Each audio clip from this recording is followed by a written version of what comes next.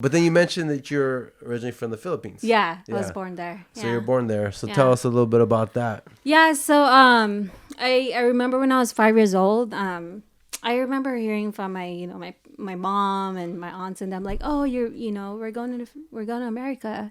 Basically, they started petitioning us when I was 5 years old, and then it took 5 years for us to get to America. Wow. I had no idea. Like I was just a little kid and just living my life, playing with my friends, like going to school, and next thing you know, it's time to go. And I just remember feeling that like, oh my God, I'm about to leave my friends. Yeah. I'm about to leave my cousins and my relatives and the people that I've grown to love and grew up with, and considered like, wow, these are my family and even my neighbors. And I remember feeling that pain in a way, like that trauma as a 10-year-old, and I was like, I am about to leave these people. And I remember feeling that sadness, and then I realized there's nothing I could do. I just have to keep going.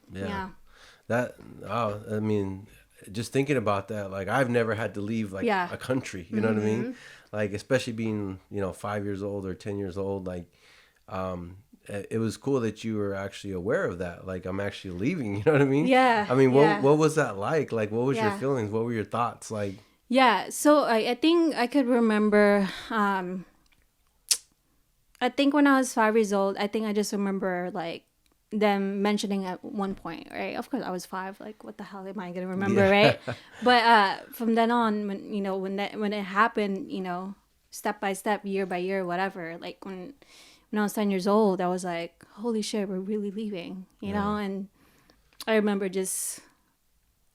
saying bye to my friends, and I could remember this feeling of like, in a way, like emptiness, because, like I said, I got a lot of my bliss.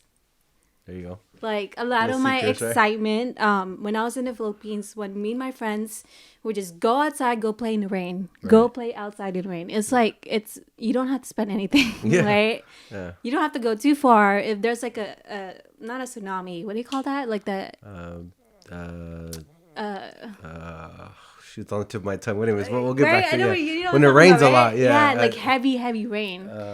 There's I can't. Typhoon or something. Yeah. Something like that. A rainstorm. I look forward to going outside and playing in the rain. That's one of the things I miss the most, living in the Philippines, living in a tropical country. And after we just play, we just go back inside the house and obviously take a shower to clean up. And then my mom, was really nice enough to let us do that whenever it rains. So that was really cool.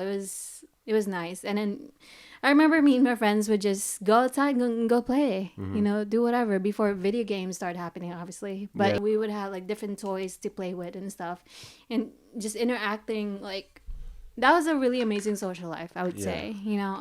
They don't do that. They don't do that anymore these days. Yeah, because they're all about technology and stuff.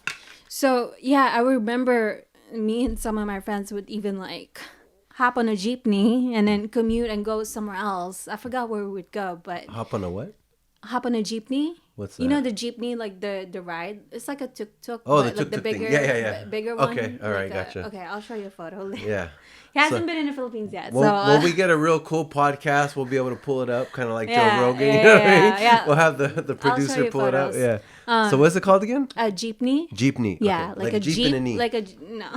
I'll show you a photo. Anyway, I remember hopping on that, and I remember like feeling a little nervous because I was like going somewhere else where I shouldn't go, and I was like, dude, I was like maybe 9 years old. I wasn't even 10 yet. Going somewhere with my friends. I don't remember where we went. Maybe see another friend. I do remember getting in trouble when I got back home. My mom was like worried, sick, like, where were you? And got whooped and stuff. But anyway. Another thing they don't do anymore, whoop your kids, right? Yeah. And, when there's no school any other days, we would just go outside, go play. Yeah. It was exciting. Yeah. You wake up early in the morning, you just go. Yeah. Do whatever. You mentioned the rain was your favorite. What was it about the rain that, like, did you feel like you were in a different place? Like, it was cooling because it's hot as hell. It's hot as hell in the Philippines. No AC, right? Very humid. Yeah. Okay. I don't live in a AC air conditioned environment growing up in the Philippines, so the rain was very cooling. Yeah. And like just it's like you're taking a shower outside without actually taking a shower and just playing. And then it would get a little flooded a little bit in certain areas, but we just kick the water into someone and just like So I guess it makes sense because it's kind of like have fun but also cool down and feel good at the same time. Tropical. So you mentioned the Philippines is tropical. Is it because I used to live in Florida for a little while, and that was the first time I ever experienced tropical weather, right? But what I remember was that it rained every day, but it would only rain for like an hour or two, but it'd be like an absolute storm, and then it's beautiful. Like, is that kind of how it was in the Philippines, or would it just continue to rain? No, there's different seasons in the Philippines. So there's like I said, the typhoon season. That usually, from what I can remember, it usually happens like sometime in the end of the year. Like December? I don't remember, but like, because I remember when I was there back in 2011, I think October, so August, what is it? August, September, October, for 2 months. I was out there for 2 months.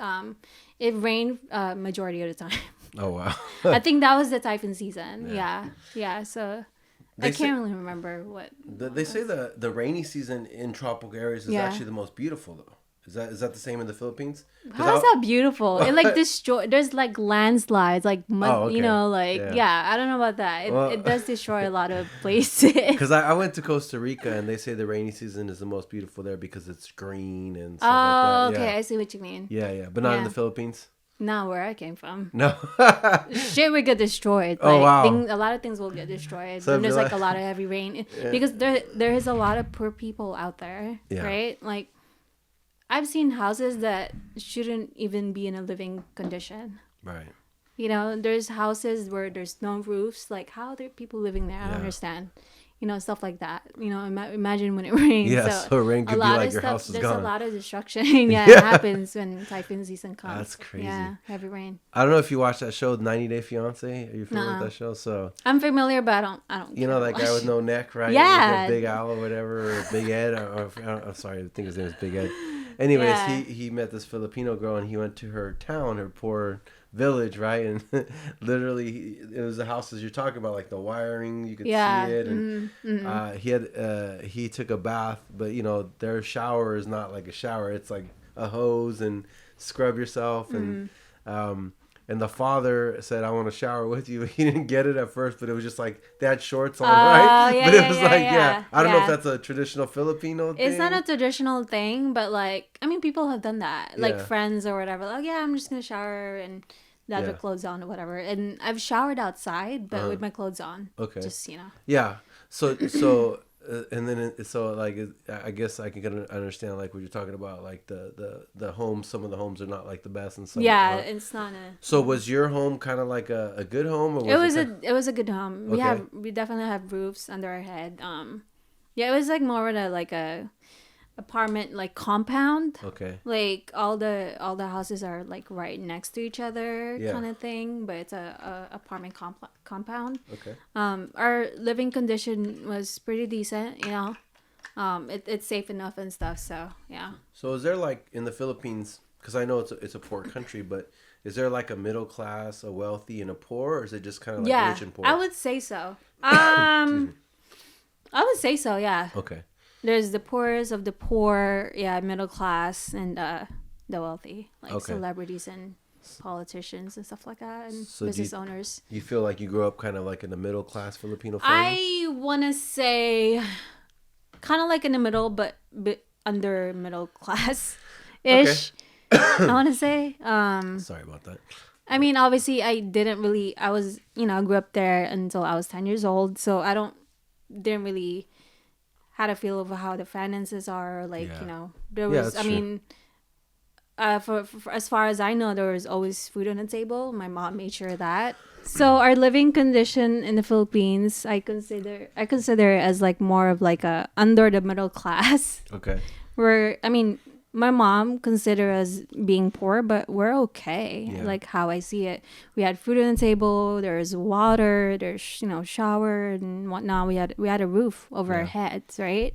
So I mean, like when I was just talking about people with no roofs over their heads, that's obviously I consider that being really poor. Yeah. So I want to say just below middle class. Yeah, and I think that's more of an American thing, to be honest. Like, and it's cool that, like, you know, when we live in a capitalist, materialistic society, and it's like it's always about what you have and having more, and you know, then people from the Philippines, like you said, you were happy in the rain, and as long as you had food on the roof, you know, like there was no concept of like poor, rich, or whatever. You were just happy, and you knew you had enough. You know what I mean? So that was like a good upbringing. Yeah, you know what I mean? Yeah.